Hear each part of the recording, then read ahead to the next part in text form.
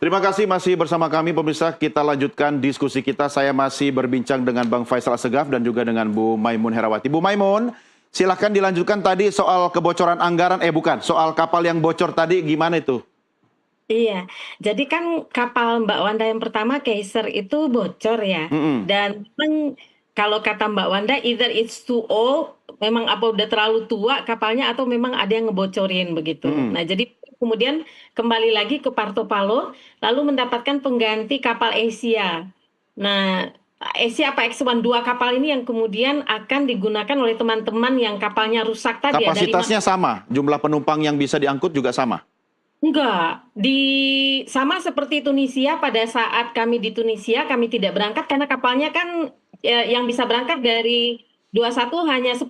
Oke. Di Italia juga begitu. Jadi dari 5 kapal yang rusak saat itu Komar, Mawal, Kaisar, Yaman, saya lupa satu lagi, itu yang bisa didapatkan kapal penggantinya 2, Asia sama X1. Sehingga di Portopalo Italia juga terjadi lagi proses pengurangan orang yang bisa berangkat, Pak Doni. Ya. Mbak Wanda termasuk alhamdulillah yang bisa berangkat dengan 2 kapal pengganti ini. Tapi qadarullah di perjalanan dua-duanya juga rusak dan harus kembali lagi ke pelabuhan Parto Palo. Oke, ya saya juga sempat beberapa hari lalu juga komunikasi dengan Mbak Wanda melalui Zoom dan ternyata seperti yang Anda sampaikan Bu Maimun itu yang terjadi. Saya kembali ke Bang Faisal. Ini kan peran aktor non negara. Ya kan? Semakin meneguhkan statement Anda bahwa negara, termasuk kita maksudnya, itu tidak punya kekuatan dan dampak apa-apa terhadap perjuangan terhadap Israel, begitu? Iya, ya kalau kita lihat kemarin ini kan semua berbicara tentang solusi 2 negara. Negara Palestina merdeka dan berdaulat dalam konteks pengakuan. Artinya ini terlalu jauh ketika berbicara tentang kemerdekaan Palestina, membebaskan Gaza dari blokade Israel aja nggak mampu.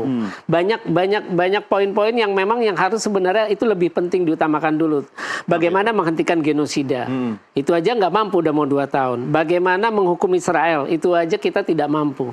Bagaimana mengadili Netanyahu dan Galan, itu juga tidak mampu. Belum lagi bagaimana permukiman ilegal Israel di tepi barat, belum tembok pemisah.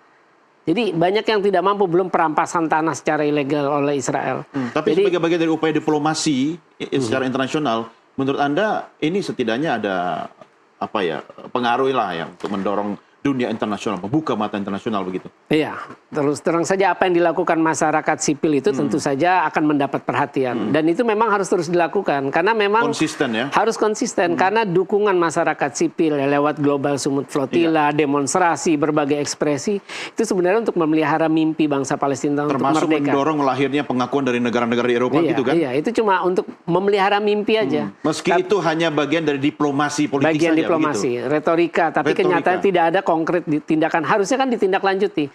Malah kalau saya bilang sebenarnya Palestina tuh nggak butuh pengakuan untuk saat ini ya. Yang segera itu bagaimana mereka menerapkan sanksi politik, ekonomi, militer, sosial, budaya. Tapi kan itu tidak dilakukan. Sekarang misalkan kita ambil contoh Inggris. Inggris mengakui negara Palestina, tapi dia tidak memutuskan hubungan diplomatik dengan Israel. Terus suplai senjata mereka masih melakukan. Emangnya pengakuan pada satu negara harus memutus hubungan diplomatik dengan negara lain? Maksud saya ini untuk memberikan hukuman. Makanya tadi saya bilang sanksi politik. Kalau Inggris begitu ya. Nah iya itu tadi. Artinya apalagi kan negara-negara Arab begitu. Iya, nah itu makanya itu yang artinya kita lihat bahwa sebenarnya ini menunjukkan 2 tahun ini pertama menunjukkan bahwa makin kelihatan bahwa sebenarnya para pemimpin negara Arab dan Muslim itu nggak ada yang jujur bela Palestina. Punya standar ganda dong mereka. Iya. Tentu saja ketika mereka berbicara tentang bagaimana kemerdekaan Palestina, bagaimana dukungan terus, tapi kan hubungan tetap jalan. Ada yang hubungan intelijen, ada yang hubungan ekonomi, ada yang hubungan sosial budaya, itu kan tetap jalan. Hubungan dagang. Termasuk sama Indonesia begitu. Indonesia juga kan termasuk juga ada punya hubungan dagang dengan Israel. Saya khawatir statement Anda setiap kita ketemu bahwa Palestina adalah negara khayalan itu memang akan terjadi. Tetapi kan tidak boleh kita diam, harus ada usaha, begitu kan? Saya ingat dari zaman saya celana pendek, nonton Dunia Dalam Berita, peristiwa Israel-Palestina dari Presiden Yasser Arafat, sampai hari ini kita masih muter-muter di situ. Ya kan? Apa yang menurut Anda bisa dilakukan paralel nih? Masyarakat sipil, aktor non-negara, organisasi, bangsa-bangsa dan sebagainya, harusnya kan bareng gitu loh. Nggak bisa sporadis atau sendiri-sendiri. Dalam konteks sistem internasional yang representasinya PBB itu udah tidak adil. Tidak adil untuk negara kecil termasuk Palestina. Tapi kan nggak bisa ada PBB perjuangan atau PBB lain. Ya itu tadi, selama hak veto tidak diubah mekanismenya, itu percuma. Kita mau berbicara di konteks PBB di arena internasional kan paling tinggi PBB representasinya. Itu percuma, nggak akan ada pengaruhnya. Nah terus dalam konteks masing-masing negara, itu kan kita lihat tidak ada yang benar-benar melakukan terobosan. Kita tahu ketika serangan awal 7 Oktober, Erdogan bagaimana dia dengan lantang melakukan retorika tentara Nazi, Netanyahu Nazi, tapi kan sekedar retorika. Tidak mungkin kita mengharapkan Turki yang punya hubungan diplomatik dengan Israel, negara-negara Arab, super tajir, Arab Saudi, Kuwait, Qatar, Bahrain, Oman, yang mengandalkan keberlangsungan negara dan rezimnya pada sistem pertahanan Amerika, akan berani menyerang Israel. Itu kan tidak akan mungkin Markas terjadi. PBB juga menurut saya salah tempat itu. Ya kan, Amerika bisa memblokade visa kepala keluarga negara kan? Harusnya markas PBB di mana? Di Swiss atau di IKN mungkin.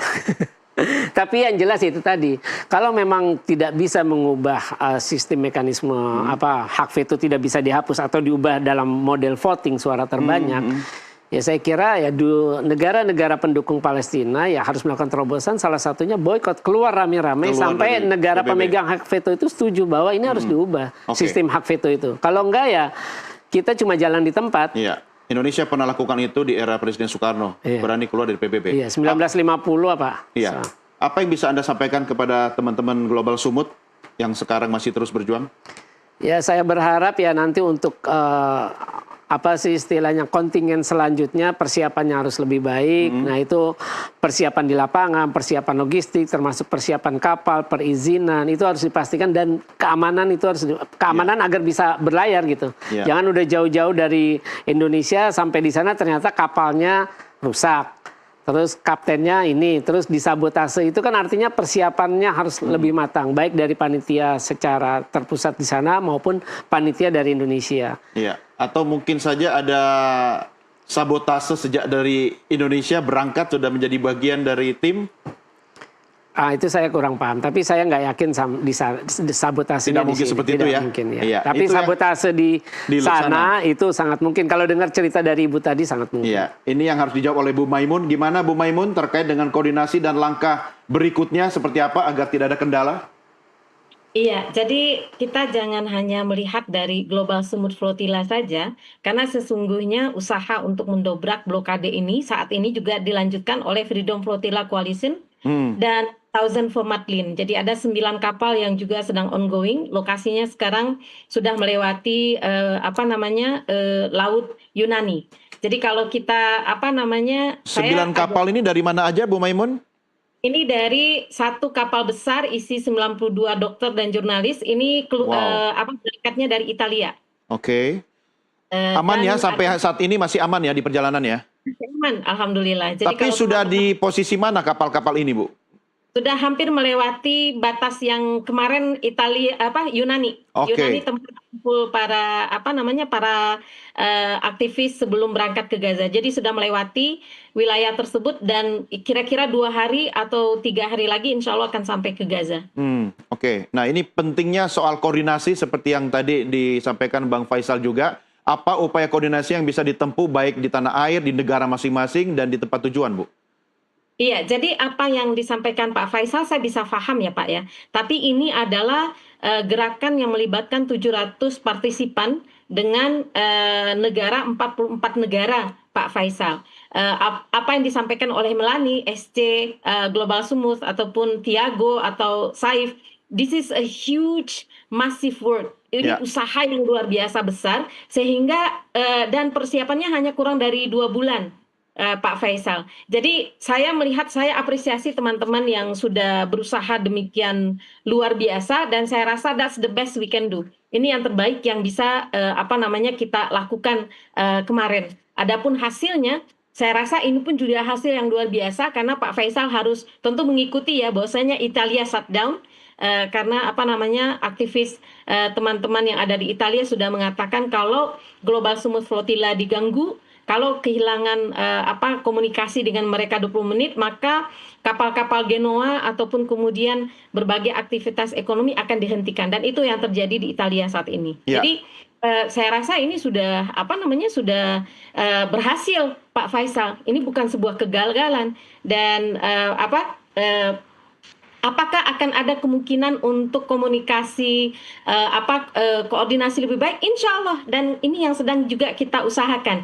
Kalau memungkinkan kita akan membawa kapalnya dari Indonesia karena kita negara maritim, dan kita punya pengalaman yang juga sama bagusnya dengan teman-teman yang ada di Yunani dan Italia. Insya Allah, kenapa enggak? Kapal finisi dari Nusantara menuju Gaza membuka blokade ilegal dan membawa bantuan kemanusiaan, dan kemudian menghadirkan koridor kemanusiaan bisa digunakan oleh semua orang yang ingin membela bangsa yang terjajah oleh Israel. Menarik sekali itu, Bu. Kita dukung. Tetapi kalau kapal berangkat dari Indonesia, saya ingatkan Bu Maimun dan teman-teman, pastikan dengan teliti memeriksa semua kapal dari ujung ke ujung. Saya khawatir ada kebocoran, bukan cuma di kapal, tapi juga anggaran mempersiapkan kapal itu. Bu Maimun, kenapa kami bertanya, Pak Faisal bertanya soal itu? Ini kan teman-teman yang berjuang, yang ratusan orang jumlahnya ini kan punya satu misi yang sama. Tetapi ketika mereka juga kurang koordinasi, kemudian di lapangan menemukan kendala, ada yang kemudian sakit, lelah, atau tekanan mental, itu kan malah jadi beban tanda petik ya dari upaya untuk membantu teman-teman Palestina. Ini harus dikoordinasikan dengan baik. Apa yang bisa Anda sampaikan? Siap. Pelajaran kami ambil dari pengalaman yang kemarin, dan insya Allah akan menjadi catatan pada saat insya Allah berkoordinasi, bekerja lebih masif dengan strategi yang lebih bagus ke depan, insya Allah menjadi bagian dari membantu Palestina berjuang merdeka seperti amanah Undang-Undang Indonesia. Penjajahan di atas dunia harus dihapuskan. Terima kasih dan mohon doa semua dari teman-teman. Ya, tentu kami doakan. Apakah ada upaya atau wacana untuk kemudian melakukan perjuangan tidak melalui jalur laut saja, Bu Maimun? Jalur darat itu sudah dilakukan bulan Juni yang lalu, Pak Doni. Ribuan teman-teman, termasuk juga yang ada di 30 orang yang berangkat kemarin lewat Tunisia, itu sudah berusaha mendobrak juga blokade terhadap Gaza melalui Rafah. Tapi ini digagalkan baik oleh Libya ataupun oleh Mesir, pemerintahan Libya atau oleh pemerintahan Mesir. Maka kemudian opsinya memang kita lihat yang paling mungkin itu lewat laut. Karena di laut ada jalur high seas namanya, atau laut internasional yang boleh diikuti, boleh digunakan oleh siapapun. Kita menggunakan hak itu, dan kita ingin bisa sampai ke Gaza tanpa gangguan dari penjajah Israel. Ya, baik. Bang Faisal, ini diucapkan oleh Bu Maimun. Mesir aja, ya kan? Bukannya bantu, bukan